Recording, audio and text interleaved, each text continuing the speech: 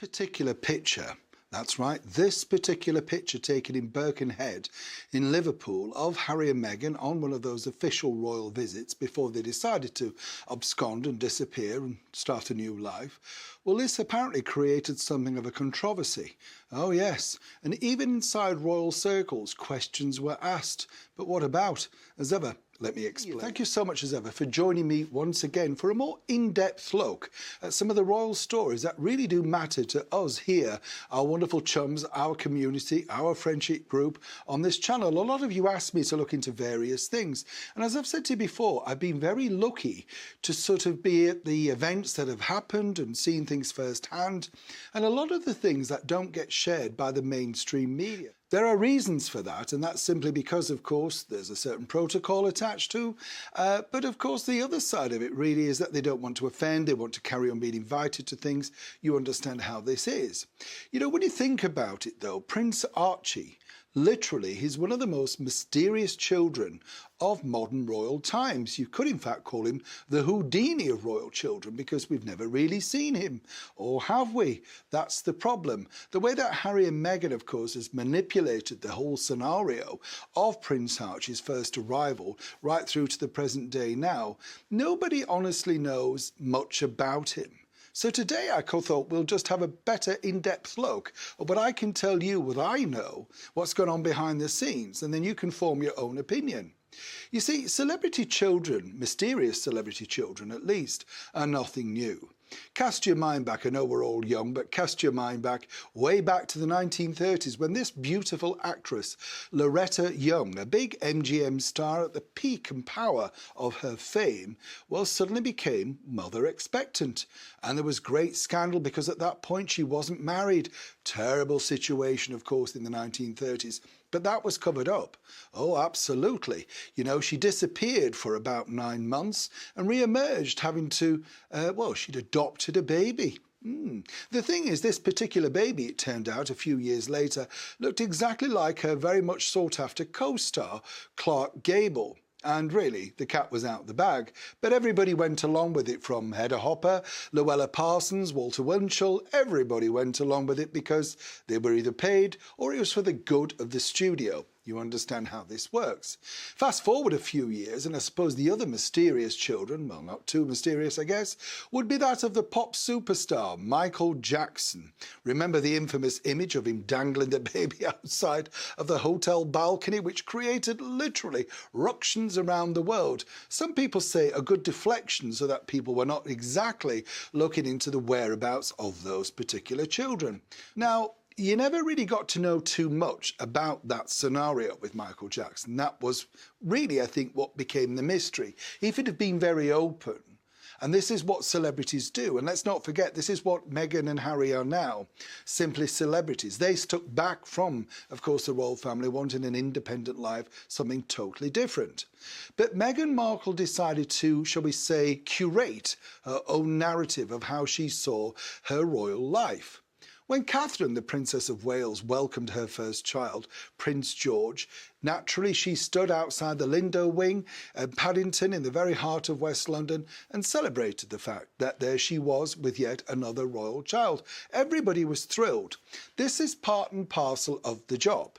Now, what I would say, the difference between Meghan and Catherine is simply this, that Catherine has kept her children well out of the public eye. We know nothing about them at school. We only see them at the events that she either brings them to attend with her, like Wimbledon or, you know, Prince Louis at the Platinum Jubilee, which was terrific fun.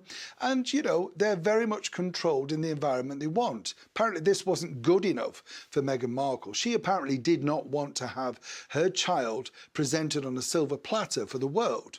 Now, she was quite happy, of course, to take the titles, the travel, the free holidays, the security, the palaces, you name it. Everything else was fine. We could pay for that. But the only little minute bit that people actually wanted from Meghan and Harry was, of course, to see their, well, you know, happiness, the birth of their first child. Even the announcement was covered in sort of secrecy and shrouded in all that sort of stuff. Why? Well, again, you know, make your own conclusions from that. But again, what's fascinating about that is we were only told certain things. Now, where it gets really confusing to me with Prince Archie is simply this. When you sort of see the sort of build up to that, and of course, as you know, she carried on being a working royal as much as she could be, but people complained that she was always touching her baby bump. I had no problem with that if that's how she felt comfortable, but that's fine. Does it really matter?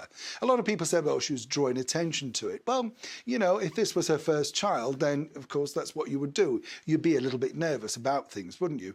What I found, rather strange was the fact that she carried on wearing these mega spiked heels and was able to crouch down. I thought she must be in pain, but clearly she'd done something, or maybe it's the use of all that yoga that she talked about prior to being married. Either way, she seemed to be able to bounce back in great aplomb. Now, when Prince Archie was finally born, even that was shrouded in mystery, you see, because the media were not told exactly the truth. And the reasoning for this is that they wanted to keep it private. Apparently the child had been born a couple of hours prior to that, and we were told that she was already in labour. Why they thought this was clever and amusing, I've got no idea. Again, one might be able to say this is to throw the scent off, so that people, us, the media, couldn't report it as a fact. What did shock me was this particular picture. This is a picture now quite famous alongside, of course, her mother Doria, 2 hours after giving birth at the Portland hospital. Meghan looks remarkably refreshed considering she had an epidural, and according to Prince Harry in his book Spare, he was on the gas. Yes, quite literally. Never mind Meghan, he was in pain apparently. So it's all strange to think how quickly they snapped back from that. You agree? But this particular picture is the one that really a lot of people focus on. And this is a picture taken in Birkenhead in Liverpool during, of course, a walkabout, a meeting, part of a charitable event, I believe, that Meghan and Harry, decided to go to. And there is Meghan, of course, I thought looking pretty terrific as she arrived, and obviously, very expectant, that sort of stuff. And where it gets really confusing is, you remember earlier this year, when, of course, Catherine, the Princess of Wales, had the audacity to Photoshop a couple of pictures, and then, she was told off by the world's media, which I thought was ludicrous, considering what she was going through on a personal level. Well, all these agencies were kill the picture, which basically means you're not allowed to use it in any form because it's an untrusted source. According to a very well-placed source, when they exited that particular event in Birkenhead in Liverpool, Meghan and Harry wanted these particular pictures suppressed. And the reason was, apparently, that they didn't want these pictures out in the public domain because Meghan had had something of a traumatic time inside and was very stressed. Now, as you can see, Harry looks very stressed and Meghan looks very stressed. But other than that, why would you want the pictures not out in the public domain? Now, this is where it gets even more confusing, because Meghan and Harry at that point would have had quite a bit of power. We saw that power a couple of years later, really, when you think about it, when Meghan was able to get a breakfast TV host, The Bullet, on his show simply because he didn't believe her version of events inside the Oprah Winfrey interview. Remember that? But on this occasion, for some reason, and these particular pictures, amongst others, were taken by a reputable photographic agency. Well, they declined, and so there they are. What do you think caused so much stress that they didn't want these pictures out in the public domain? I'll leave that up to you.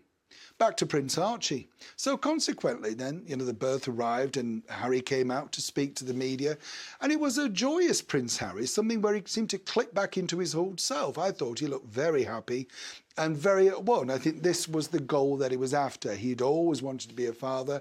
You could sense a sense of happiness from him. But again, right from the off, everything was shrouded down, No pictures were allowed, and then eventually, they came out in the Windsor area to do a very quick chat, but you couldn't really see the baby as such, and then again, a lot of people were a little bit upset by that. Why? Well, again, Meghan's reluctance to want to get any exposure, that sort of stuff. She didn't want her child being used, of course, for publicity. Here's where it gets rather sad, though, because according to a very well-placed source inside royal circles, this was the turning point in the relationship, apparently with Meghan and the Queen and Prince Harry. You see, as you see every year, our late brilliant monarch, now of course carrying on with His Majesty the King, King Charles III, addresses the Commonwealth, the nation, in a wondrous Christmas speech. We all love it. 3 o'clock, everything stops, Christmas cake, cup of tea, we're happy, right?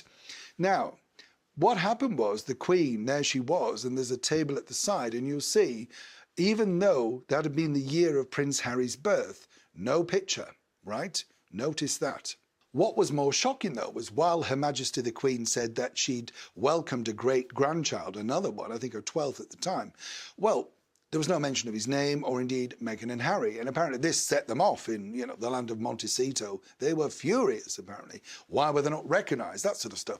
As you can see, what was building up behind the scenes there was, of course, their departure.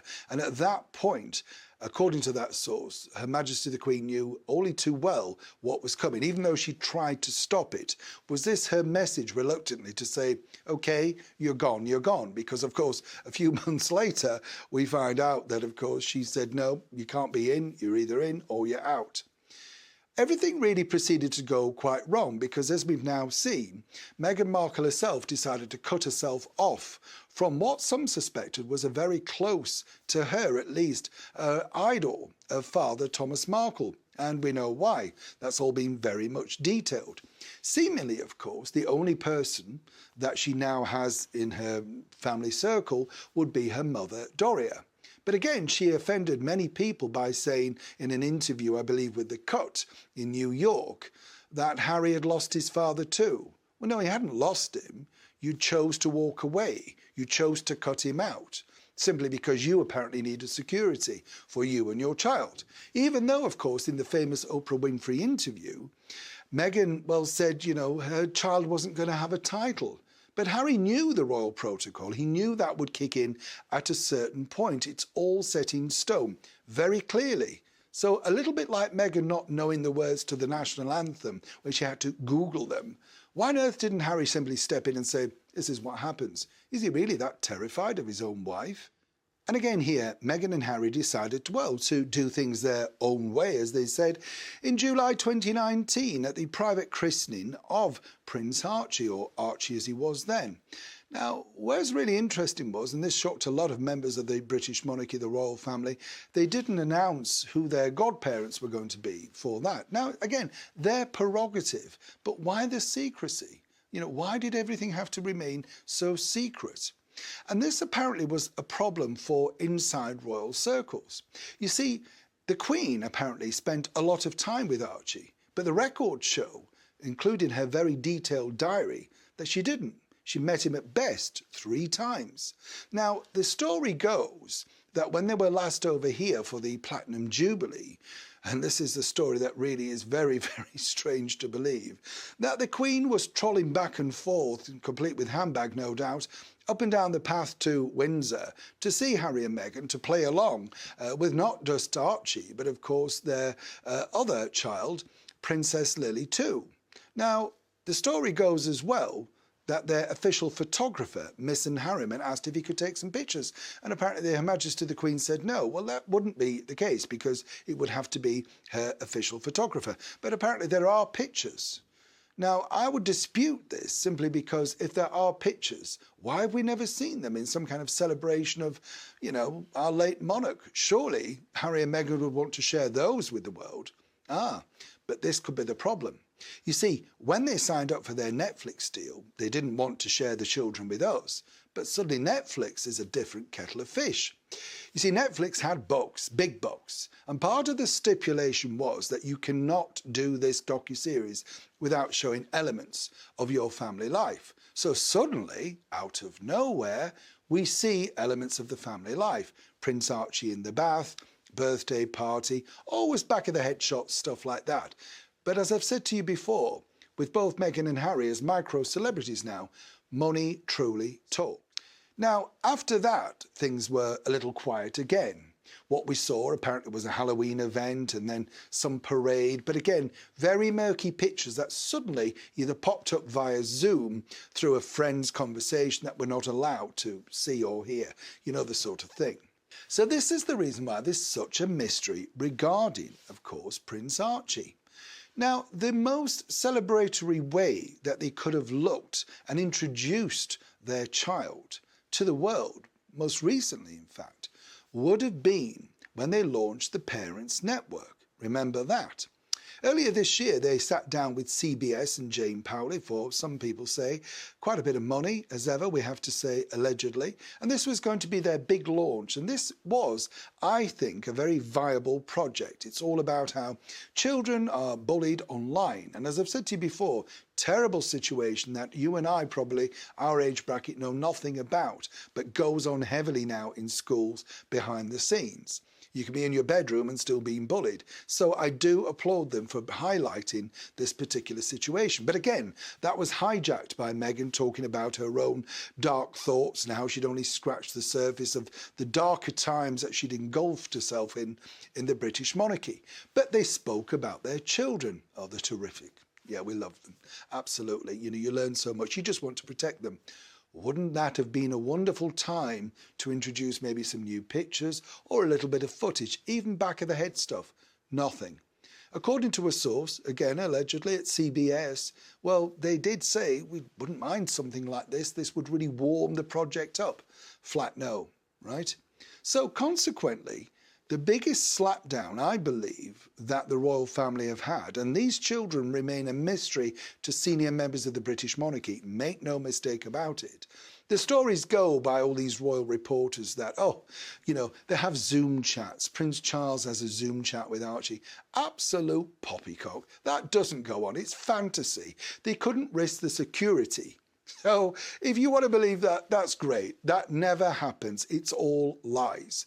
What is interesting, though, is when, of course, you think about this wonderful event, an historical event that happened in the May, of course, of that year, the King's coronation. Wouldn't that have been a wonderful time to bring Prince Archie over and literally look at what his family history is? No, couldn't do that because it's his birthday. Now, had King Charles just picked this particular date to be difficult, maybe he should have conferred with Meghan Markle first, perhaps looked at diaries. Is this suitable for you, Meghan, with the coronation? Maybe you could make it. You see how this works. Consequently, Meghan decided to stay back because she wanted to make, allegedly, a lemon drizzle cake for her son's birthday. Very nice, very noble. She couldn't have made it any other day, but that particular day.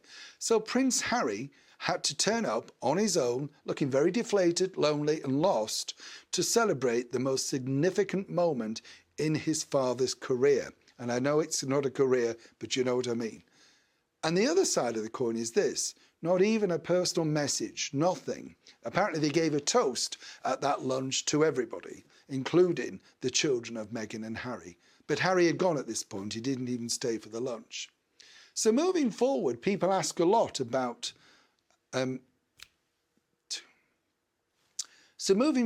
people ask me a lot about the children of Harry and Meghan.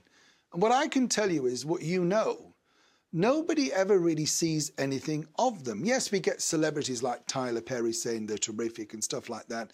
Ellen DeGeneres apparently saw them. Yeah, one of the rare people. And of course, you know, it's up to them to keep their own public persona. I understand that. But then why kick off about wanting titles for your children if, for instance, you're not going to allow them, well, the opportunity to mix and mingle with the family members that also have titles?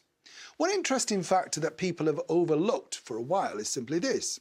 When they become a certain age, of course, they are allowed to use the HRH title, which will be very beneficial, won't it?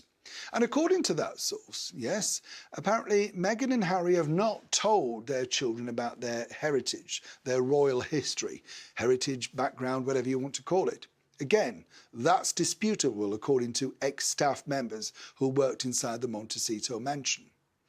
Now, whatever we know about these particular children, we're only allowed to see a very short glimpse. And the big glimpse that we've seen is the Netflix series, the docu-series, a three-parter that apparently rocked the world. But let's not forget, that was for money. And according to a source in Montecito, you never see Meghan or indeed Harry out at the beach or just walking around this very private area in Montecito with their children. Never seen. So if anybody's wondering or knows about the whereabouts of the royal child or royal children, affectionately dubbed in, of course, media circles as the Houdini royals, well then do get in touch, because like me, the only bits I can share with you are the bits that we know today. Neil Sean in the very heart of London.